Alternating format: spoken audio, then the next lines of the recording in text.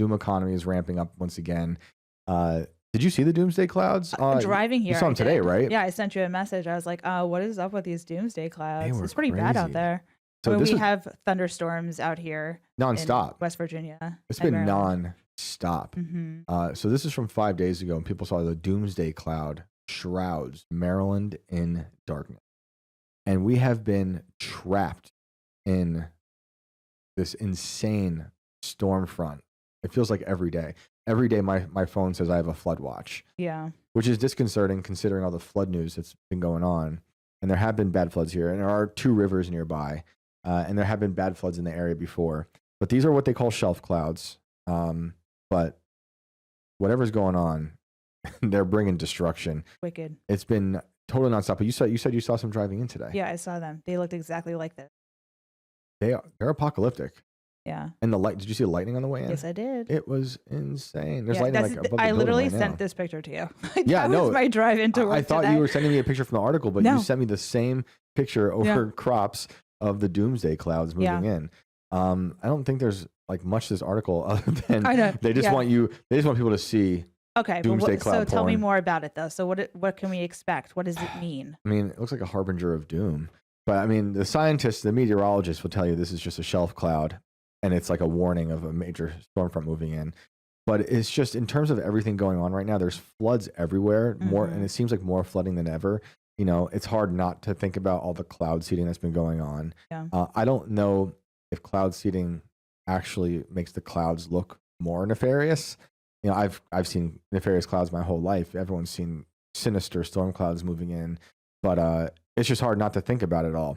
We've seen, is it New Mexico flooding? We saw all the Texas floods. They got flooding again. New Jersey. Dude, we just got back from New York. We were the day before the flooding on the Jersey Turnpike. We were on the Jersey Turnpike. Wow. And it was crazy because, so we got stuck on the Hackensack River Bridge for 40 minutes, just dead stopped. Wow. On the bridge. I was like, we live here now. Like, no construction, for rain? it wasn't raining, no construction, no accidents. All of a sudden, then just the floodgates opened, unintended, and then we got home. But then the next morning, it's like Jersey's being flooded, the turnpike's destroyed. I'm like, the videos what? are crazy. I didn't get stuck on that. I've never seen flooding on the turnpike like that. I'm sure it's happened before, and the meteorologists say this is all very normal. But it does feel like we are all being inundated with these crazy amounts of rain, more than a long time. Like what was happening in Texas with the Guadalupe River. Obviously, it's flooded before. It's been terrible, but it is just horrific what's been happening and the amount of destruction caused. I think about what happened in my hometown just a year ago. We had a biblical flood that we've never seen before, and we were up in a mountain, and it just made no sense. It devastated the town. Holes opened up in the road. The roads opened up and cars were being swallowed. Yeah. It was boulders were rolling down Storm King Mountain, which is the mountain where we live beneath. It's just insane. I do think, we are experiencing consequences of messing with nature. I don't think, I've been talking about the whole Rainmaker CEO stuff, like I was saying the other day on Monday. I don't know if what he's doing is responsible for all this destruction. I think that's just like creating a boogeyman out of one person. I think it's a mixture of a lot of things. And he's been trying to make this distinction that cloud seeding is not geoengineering, but technically it is geoengineering. It's a lesser version of geoengineering because like the crazier stuff would be trying to block the sun, throwing a whole lot of dust in the sky so we can reflect the sunlight back into the sun to, what Bill Gates would say to save us from climate change. But I think it's a mixture of everything. I think we've been cloud seeding for decades. And it's not like, he'll say, the Rainmaker CEO will say stuff like it just goes away. And I think a lot of it does. But there's a ton of the stuff stays in the soil, whether it's silver iodide or the forever chemicals that they have not done. You can look it up. I've tried finding studies and, whether we want to trust studies or not, who knows? But they have not done a lot of studies on how silver iodide and the forever chemicals react in the sky. And I do think that has a problem with maybe accelerating a lot of this stuff, but we don't know yet. And it's alarming. Yeah. And you sent me that article too. It's about like AI. Now they're like blaming AI for it. Oh yeah. Let's get to that. This is on here. That one is AI is pushing us closer to nuclear disaster. so much good doomsday news, everybody. Isn't this a nice break from politics? Let's just talk about doom. Beautiful photo, though. Good old doom. It is a beautiful photo. Yeah. That's a real fake cloud right there. Where does that go? Is AI pushing us closer to nuclear disaster? So earlier this year, the Bulletin of the Atomic Scientists announced that it was moving the hands of the Doomsday Clock to 89 seconds before midnight, a symbolic hour signifying global catastrophe. Congrats. We reported on this when it happened. The hands have been moved only 25 times since the clock's creation in 1947, and they're now the closest they've pointed to the worldwide destruction. The threats of nuclear war, climate change, artificial intelligence, and disinformation all played into the decision. It's meant as a wake-up call to the world. One of the experts who helped make the decision is University of Chicago physics professor Daniel Holes, chair of the Bulletin's Science and Security Board. And even though the clock evokes a potentially terrifying future, Holes takes a more optimistic approach to the entire endeavor. This is a quote now. Really, the Doomsday Clock is a symbol of hope. And that is my favorite part of this article. Doomsday Clock, it's misunderstood. I feel like at some point it says, like, I mean, we could push it back more, like the other way, but that's just not happening. They won't write articles about it. I'm sure they will, but it's not as fun. Yeah. The whole point of this clock, Hole says, is to, yes, alarm people, to inform people, but also to demonstrate we can turn back the hands of the clock. Yeah. If I could turn back time. Mm-hmm. But yet they haven't. Strike for that. Yeah. And we've done it in the past, and we can hope to do it in the future, and we must. Sounds like a threat. It is. That's what they're saying. Take it as a threat. Seriously. And so I don't trust experts. Experts are done. No one trusts experts post-COVID. It means nothing. On this week's More to the Story, Hole sits down with host Al Letson. I'm conditioned, people. I see AI everywhere about the Doomsday Clock's history and why we're closer to global destruction than ever before and what we can do to stop it. So you can go into that. We don't have to read the whole transcript, but I do think it's interesting that this doom stuff is just in the news more and more. Like I guarantee any day now we're going to get another comet is hurtling towards Earth to destroy us. As all the wars are going on, like, you know, we thought Trump was not going to fund wars, but now we're seeing way more arms being sent to Ukraine. Russia doesn't want to see them stop. Syria was bombed. I think that was this morning. I've already forgotten. Syria was bombed by Israel this morning. Wonderful.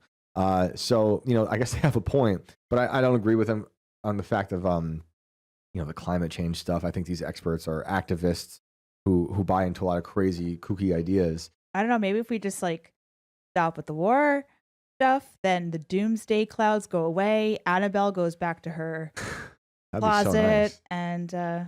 That'd be so nice. You think that's a possibility? I don't know. I would love that. I just don't know if people want it. I think. Well, that's why we got the doomsday clouds and murderous dolls. Look at that picture. Is that AI generated nuclear? Yeah, maybe bomb cloud or what? I don't know if the people running the world want a better future. I think I was listening to an Eric Weinstein interview. I was curious what his take was on things, and he was talking about Jeffrey Epstein interview. That's why I was watching it. You know, Jeffrey Epstein, he ingratiated himself into the math department at Harvard. And Eric was saying he doesn't understand why. You know, he was like, why does this guy know what I'm even up to? His idea, and like, there's a lot of stuff Eric's talking about that I'm just like, I don't agree with at all. But I'm fascinated with his angle into the Epstein stuff, with him having been at the math department at Harvard. And his idea is like, Epstein, he says, is like a construct. It's almost like a created construct to go into institutions as a gatekeeper. Whether that means blackmail or not. Like, I don't think he had many interactions with him, maybe just once. And I think after that one interaction, he said, this person has no business being in this field right now because he knows absolutely nothing. Just a guy with money. And his worry, I guess, is that someone like Epstein, when it came to the physics world, was sent in to gatekeep inventions and progress and like fund certain things, but not other things. And that's a really strange outlook. But why I got into this at all with Weinstein stuff is, he's talking a lot about nihilism and that he believes we're at the brink of the end. I don't believe that. As bad as it all is, I still believe in the future. And I believe, this is a pattern of humanity of destruction. It's been like that since the dawn of man. It's always been really bad. I don't want to say he sounds like he's giving up, but it was worrisome to me that he doesn't feel like his children have a future to look forward to. I think it's no matter what you do on this planet, if you're here, your future is going to be both beautiful and grim because that's just the world, the way of the world. But he seems like tapped out. I don't want to call it nihilistic, but it was verging on nihilism for sure. So it's very bizarre. I think it was he was talking to the CEO podcast. I forget the name of the podcast, but worth listening to for the Jeffrey Epstein angle he has. Well, it's also worth how does he measure time? Is he talking the next 50 years or is he talking about the next few hundred years? No, I think he means, from what I can gather, because he does speak in metaphorical, ultra physical, poetic, Shakespearean terms. Sometimes it's hard to understand. I think he means in we are apocalyptically done. Humanity's. He will see the end. Yeah. And I don't think that. I think it feels that way and it's going to get bad, but we just go through generations of doom. Everyone thinks it's always the end. But his insight into Epstein, into his field that he knows so well of physics, now just zoom out and imagine that's what Epstein was doing with every industry: politics, science, art, Hollywood, whatever. He was in all of it, right? Why is Bill Gates hanging out with him? Why are former prime ministers of Israel hanging out with him even after his conviction in Florida? That's Ehud Barak showing up to his Epstein's New York City apartment in 2016. Well, don't forget about Donald Trump's time travel. We can't forget that. Maybe that's you saw the article I sent you, a video of Trump talking about Kaczynski? I do. All right, because that's a good segue into that, because I didn't even mention that in the beginning, but now that you say it, this is just hilarious. I was just saying on Twitter that I think if we're gonna keep nominating people who go to war for the Nobel Peace Prize, we might as well nominate Ted Kaczynski because he wrote a great book. He might had bad methods of going about peace, but and then the other day, I think it was on Monday, Trump brought up Kaczynski. Let's listen to that. What kind of a student was he, Uncle John, Dr. John Trump? He said, what kind of a student? Hold on, sorry. Chemical and math. That's a smart man. Kaczynski was one of his students. Do you know who Kaczynski was? There's very little difference between a madman and a genius. But Kaczynski, I said, what kind of a student was he, Uncle John, Dr. John Trump? He said, what kind of a student? And he said, seriously good. He said he'd go around correcting everybody, but it didn't work out too well for him. Didn't work out too well, but it's interesting in life. But I will say this, chemical and math. Okay, That's a smart man. The lore is expanding. So, okay, he's mentioning his uncle, John. That's the MIT professor we've talked about on the show. This is a guy who was put in charge by the government to collect all of Nikola Tesla's inventions after Tesla died. So now the lore expands into John Trump also taught Ted Kaczynski, which is, I have not been able to confirm that because I haven't seen any connection between Kaczynski, MIT, and John Trump. I haven't had enough time yet. So if anyone out there has, if you found it, send it to us. But that doesn't mean it's not true and that Trump is lying. Because I also think it's possible. So Kaczynski was part of MK Ultra.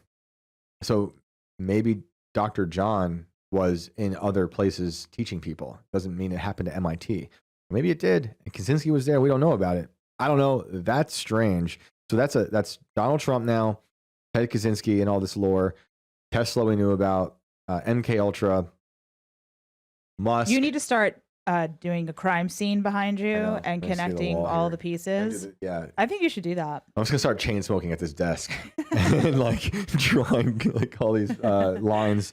I'm pretty close to doing that because I can't keep up anymore. It's getting insane. That was just phenomenal. I mean, I can't believe it. There are people out there debunking that ever happened. I don't know how, but we'll see. So let's go to Super Earth. Super Earth. Let me see. This is from yesterday, right? This website is nuts. Like, This is get so yeah, ads. yeah, Everywhere. great. This is trying to MK Ultra us right now. Don't look directly at this website. Everyone, just listen to me and look at the pretty pictures. So this is from metro.co.uk. Super Earth sending out strange signal over 145 light years discovered. Let's get into it. The exoplanet TOI 1846b. I already don't trust It's this. Elon Musk's next kid. That's it. Yes, nice. Is almost 2 times larger and 4 times heavier than Earth, and a year is only 4 Earth days. TOI 1846 is 154 light years away. To put that into perspective, it would take a car driving at 60 miles per hour about 2 billion years to get there. Imagine that with your children. Are we there yet?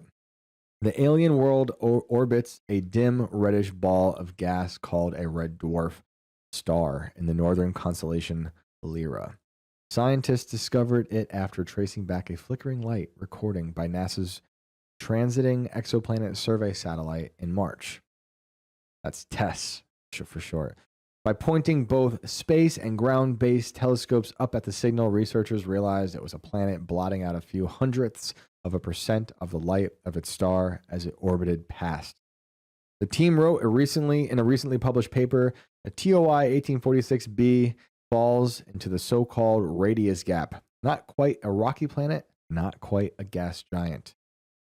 TOI 1846b probably has a layer, if I have to say it one more time, we got to just name this planet. Why are we giving it this? Theo. Has a layer of dense ice underneath and is awash in oceans of water, topped by a thin atmosphere. It would be about 295 degrees Celsius on the planet's surface, as only one side of it is ever facing its sun. Say that name. Oh my gosh. Why did I bring this up now? Abdurrahman Subuku. You want to try it? No. That was good. I want to hear you do it. No, I'm good. Lead researcher. Come on now.